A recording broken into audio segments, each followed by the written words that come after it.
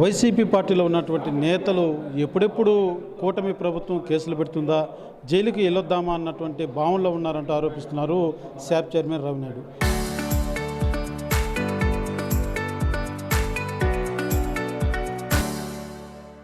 అసలు ఎందుకు వైసీపీ నేతలు అలా జైలుకి వెళ్ళాలని కోరుకుంటున్నారు? ఎందుకు మీ దగ్గర కేసులు పెట్టించుకోవాలనుకుంటున్నారు? ఎందుకు మీరు ఆ వ్యాఖ్యలు చేసి వచ్చింది? వాళ్ళ ఆలోచన తీరు ఏంటంటే, తప్పు చేసినా జైలు పోయిస్తే సొద్దపూసలు అయిపోతాం కదా, అది మీకు వర్తించదు. మీరేం గాంధీ మహాత్ములు కాదు, చాచాజీ నెహ్రూ కాదు, లేకపోతే ఇంకోరు కాదు. మీరందరూ ఏం చేశారో అందరికీ తెలుసు. మేము జైలు మేము పంపించాం, మేమే చెప్తున్నాం కదా. మిమ్మల్ని మీ ఆరోపణలు పబ్లిక్ డొమైన్లో పెడతాం. మేము చేసిన ప్రతి ఆరోపణ ఇది నిజం, ఇది కుంభకోణం జరిగింది. ఈరోజు బాధేసే విషయం ఏంటంటే, తిరుపతిని అల్లకల్లోలం సృష్టించి మీరైనా లేకపోతే ఇంకోరైనా కూలీనాలి చేసుకొని, ఉద్యోగాలు చేసుకొని, లేకపోతే ఇంకేదైనా వ్యాపారాలు చేసుకొని ఒక ఫ్లాట్ కొనుక్కున్నాం, తిరుపతిలో ప్రశాంతమైన జీవితం బతకదాం అనుకున్న భూములు మీద విధ్వంసులు రాక్షసుల్లాగా అభివృద్ధి పేరుతో ఒక విధ్వంసం సృష్టించిన కొన్ని వందల కుటుంబాల జీవన ప్రమాణాలను దెబ్బతీశారు. ఆ దెబ్బతీసిందే వాళ్ళ జోబుకి ఒక్క కుటుంబం బతకడానికి వందల కుటుంబాలను తిరుపతిలో నాశనం చేశారు. మేము ఆ రోజు ఎలక్షన్ ప్రచారంలో చెప్పాం, మేము వస్తే టీడీఆర్ బాండ్ల మీద విచారణ చేపడతా ఉన్నాం. ఆ విచారణలో భాగంగా ఆ రోజు చెప్పిన మాట ప్రకారం విచారణ జరుగుతుంది. ఈరోజు బాధితులకు న్యాయం చేస్తున్నాం, అది చేస్తున్నాం. అయితే ఇక్కడ మీరు అర్థం చేసుకోవాల్సింది ఏంటంటే, మాటకు ముందు నేను రోడ్డు వేసాను అన్నారు. మీరు రోడ్డు ఇలా రోడ్డు పేరుతో వందల ఎకరాలు భూములు కొన్నారు. రోడ్ల పేరుతో కమర్షియల్ చేశారు, నాన్ కమర్షియల్ చేశారు. ముందుగానే ఎక్కడ ఏమొస్తుందో తెలుసుకొని అక్కడ భూములు బెదిరించి భయపెట్టి భూములు తీసుకొని ఈరోజు 10,000 వాల్యూ చేసేదాన్ని 40,000 వాల్యూ చేసే విధంగా టీడీఆర్ ఇష్యూ చేసుకున్నారు. తద్వారా 100 కోట్లు అర్జించారు. ఇది ఇంకోటి క్విక్ ప్రో కూడా జరిగింది. నాట్ ఓన్లీ టీడీఆర్ బాండ్, మీరు టీడీఆర్ బాండ్లకే పరిమితం అవుతున్నారు. ఇది టీడీఆర్ బాండ్లతో ఆగదు. ఈరోజు మీరు చూసే ఉంటారు, ఈరోజు పెద్దలు అని చెప్పుకుంటున్న జగన్మోహన్ రెడ్డి చుట్టూరు ఉన్న మేధావుల ముసుగులో ఉన్న వాళ్ళందరూ కూడా తిరుపతిలో వచ్చి భూములు రోడ్డు పక్కన ఆనుకొనే కొన్నారు. ఎలా కొన్నారు? రోడ్డు వస్తుందని వాళ్ళకి తెలుసా?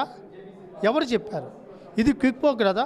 10 రూపాయలు విలువ చేసేదాన్ని రోడ్డు పక్కన ఆనుకొని ఈరోజు దాని వాల్యూ 60 రూపాయలు అయిందంటే ఇది ఎంత పెద్ద కుంభకోణం. కాబట్టి రెండు పక్కలా చూడాలి. ఇది పేద ప్రజలకు అండగా నిలబడే కూటమి ప్రభుత్వం. ఈరోజు ప్రతి కన్నీటి చుక్కకి దానికి మూల్యం చెల్లించుకునే పరిస్థితి బొమ్మన కుటుంబానికి తిరుపతిలో వస్తుంది. వదిలిపెట్టే ప్రసక్తే లేదు.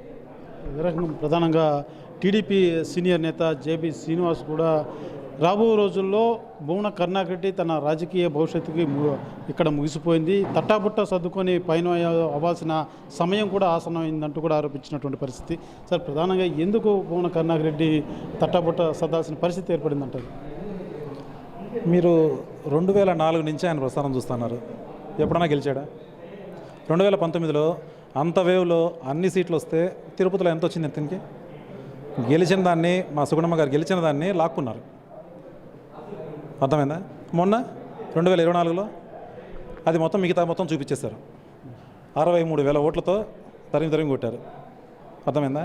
ఇంకా ఎప్పుడు కూడా అతను గెలిచే పరిస్థితి లేదు. తిరుపతిలో అతను కానీ అతని కొడుకు కానీ ఎప్పటికీ గెలవరు. ఇది రాసిస్తాన్న, ఇది నిజం. ఇది తిరుపతి నా మాట కాదు, తిరుపతి ప్రజల మాట. ప్రధానంగా గడిచిన 20 రోజులుగా కూడా తిరుపతిలో బాగా ఏదైతే శాప్ చైర్మన్ రవినాయుడు, అదే రకంగా మీ పేరు బాగా జేబీ శ్రీనివాస్, ఎక్కడ చూసినా కబ్జాలను లేకపోతే ప్రతి వ్యవహారంలో కూడా మీ పేరు ప్రధానంగా తెర మీద కనబడుతున్నటువంటి పరిస్థితి. దీన్ని ఎలా చూడాలంటారు? అది కబ్జాని ఎక్కడి నుంచి స్టార్ట్ అయిందంటే అండి, మన కొంతమంది ప్రెస్ రిపోర్టర్లు ఏదో ఒక స్థలం చూసుకొని దాన్ని క్లీన్ చేసి ఇవ్వమంటే దానికి మేము హెల్ప్ చేస్తే దాన్ని అడ్డం పెట్టుకొని ఆ కబ్జా అని చెప్పి వీళ్ళు లేనిపోయిన డ్రామాలు ఎన్ని ఆడినా, మా మీద ఎన్ని ఆరోపణలు చేసినా తిరుపతి ప్రజలకు రవినాయుడు ఏంటో తెలుసు, జేబీ శ్రీనివాస్ అంటే ఏంటో తెలుసు. మేము నిలబెట్టేవాళ్ళమే కానీ కూల్చేవాళ్ళం కాదు. మీది కూల్చే ఫ్యామిలీ, కొంపలు కూల్చే ఫ్యామిలీ మీది, మిమ్మల్ని నమ్ముకున్న వాళ్ళని కూల్చే ఫ్యామిలీ మీది, వెన్నుపోటు పొడిచే ఫ్యామిలీ మీది, మేం కాదండి. అది ఇక్కడ ఒకటండి, ఈ మధ్య సార్ తిరుపతికి వచ్చినప్పుడు నన్ను కారులో తీసుకెళ్ళి పరామర్శించి, బాబు ఎట్లా ఉన్నావు, ఏం చేస్తున్నావు, ఏంటి, నీకు మంచి భవిష్యత్తు ఉంది, జాగ్రత్తగా చేసుకో, అందరినీ కలుపుకెళ్ళు, ఇవన్నీ నాతో చాలా బాగా మాట్లాడారు. ఆ రోజు నుంచి వీళ్ళకి స్టార్ట్ అయింది. ఏదో తిరుపతిలో జరగబోతుంది, ఏదో పదవి రాబోతుంది. ఈ పదవికి ఇప్పటికే పదవి రాకుండానే ఇతను ఇలా ఉన్నాడంటే పదవి వచ్చినాక ఇతను మనం ఆపలేం అనే ఒక భయంతో చేసే ఆరోపణలు ఇవన్నీ. ఏదైతే తిరుపతి నియోజకవర్గ ఇన్ఛార్జిగా 4-5 పేర్లు కూడా తెర మీద ఉంది, అందులో మీ పేరు కూడా ఉన్నటువంటి పరిస్థితి. బహుశా ఆ పదవి వస్తుందనేసి ఏమన్నా ఉండొచ్చు అంటారా, లేకపోతే ఏమంటారు? పదవి వచ్చినా రాకపోయినా మా పోరాటం ఇట్లనే కొనసాగిస్తాం. నేను కార్యకర్తగానే ఉంటా. నా పార్టీలో నేను కార్యకర్తగా ఉండడం నాకు చాలా సంతోషం, హ్యాపీ.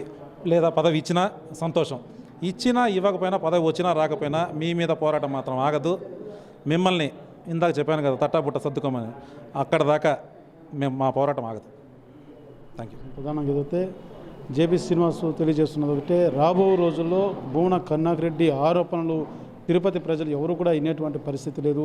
ప్రధానంగా ఏదైతే తమకు ఏదో పదవులు వస్తుందన్నటువంటి భయం వాళ్ళలో మొదలైంది కాబట్టి మా మీద లేనిపోని ఆరోపణలు చేస్తున్నారంటూ కూడా జేబీ శ్రీనివాస్, అదే రకంగా శాప్ చైర్మన్ రవినాయుడు కూడా ఆరోపిస్తున్నటువంటి పరిస్థితి.